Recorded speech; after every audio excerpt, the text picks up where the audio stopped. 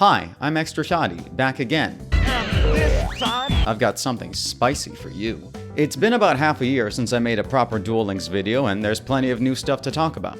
New cards means new strategies, new playstyles, and you guessed it, new bad times. But there's also new tools to cook with, and I'm turning up the heat today. There's a new bird on the block, so it's time for some foul play. If I had organized this video better from the outset, there'd be even more cooking puns, so you're welcome. Hazy Flame is a weird archetype. They were released in Cosmo Blazer, one set after Dustin's and one set before Dragon Rulers.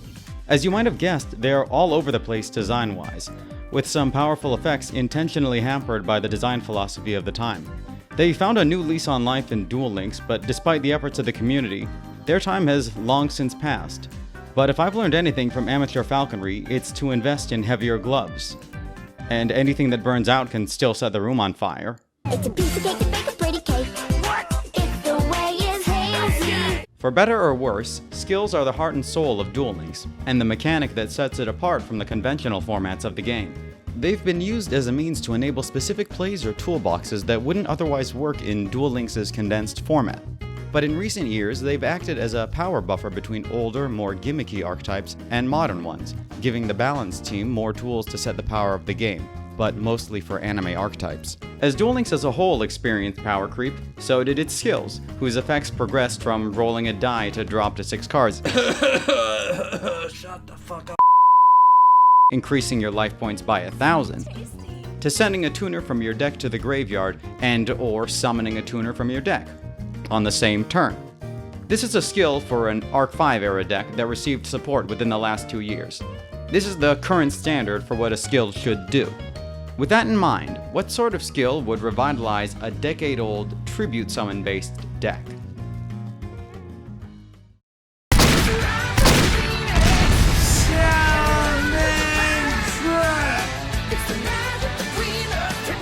D tier.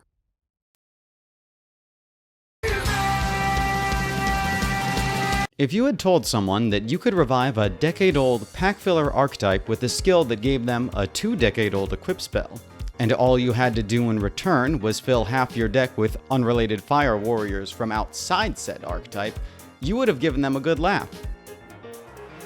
And they'd call you a liar. Given what we've discussed so far about skills, this feels very, very underwhelming. However, the power of this skill comes from the boss monster it enables.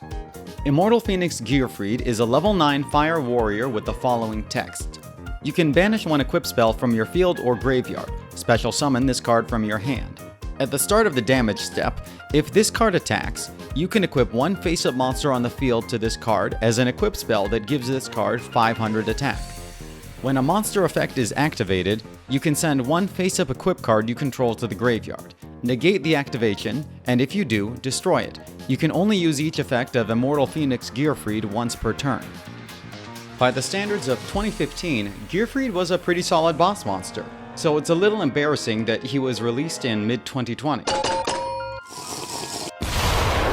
That said, the skill lets you summon him without any additional investment, and he has all the right components to be a solid Hazy Flame support card. He's a free special summon for tribute, can be revived by Hazy Flame Sphinx, and is accessible from the deck thanks to Roland and, by extension, Beatrice. Where my Gearfried? Combined with a few other solid support cards, you'll end up with a game plan that's better at building and breaking boards than it has any right to be. Let's start with the list. We play 10 Fire Warriors for the skill, a Hazy Core, and a few tech cards to support both of our engines. 24 cards are a lot, even for a hybrid list, but there's enough search power to make it work on both ends. You have cards for tribute material, cards to start your plays, cards to extend those plays, and a few tools to survive. The standard Hazy Flame board needs 3 components: Periton, the archetype play starter, tribute fodder for Periton, and a fire monster for Periton's effect.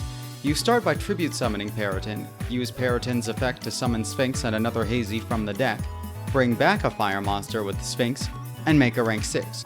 If Gearfried was used as tribute material, you can instead resurrect Gearfried using Sphinx's effect, make Beatrice with your remaining Hazy monsters, then send and revive the Blazing Mars with Beatrice and Mars's own effect respectively. Your other options are generally trimmed down versions of the prior play based on the resources you have available. But there's one more option that's very different than the rest.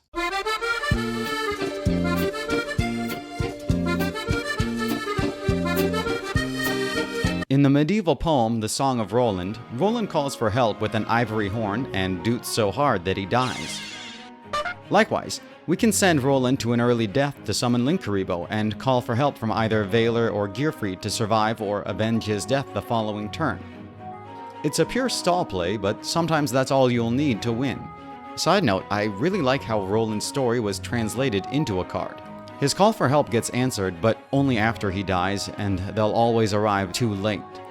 He was the first Infernoble Knight in the physical game, so it makes sense that his card design really emphasized the lore. Since I don't have anywhere else to put this section, this is where we'll talk about the other Infernoble Knights. Duel Links releases archetypes in a fairly predictable pattern, but as of the time of this recording, we don't know what Infernoble cards we'll receive. Since any of them can fulfill our skill requirements, we'll go over the ones that might be relevant to this style of deck. Renault can recover copies of Gearfried or your equip spells. He can be summoned by Sphinx as well as his own effect, and he gives you a reason to play Photon Strike Bouncer or other Warrior Xyz monsters. Not a play starter, but a nice extender. Run at preference. Oliver, Ogier, and Moji give Gearfried a little extra protection and ammo, but none are strong play starters or extenders. One copy of any is probably fine. Astolfo has an interesting recovery effect, but it takes far too long to activate in our current format. If games become longer, he might be worth looking at, but I don't see that happening anytime soon. Charles requires too many deck building concessions to work in our current build. I hope he's part of a Limit 1 bundle and Smoke Grenade is limited alongside him, if only because I don't want to deal with hand ripping any more than I already have.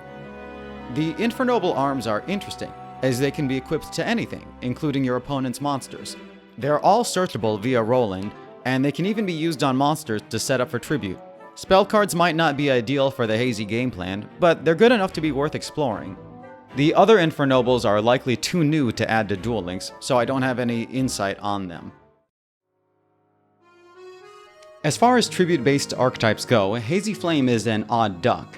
Where many modern tribute summoning strategies have either ignored or actively rejected extra deck toolboxing, Hazy used the tribute mechanic as a means to slow down their potential plays. The archetype has ended up in a weird place as a result, where the extra deck options available to it have improved dramatically, but their inherent limitations have become more and more pronounced. While I don't think either of these trends will ever truly slow down, Hazy Flame sits in such an interesting place that I can't help but stick with them. I hope you enjoyed this video. See you next time.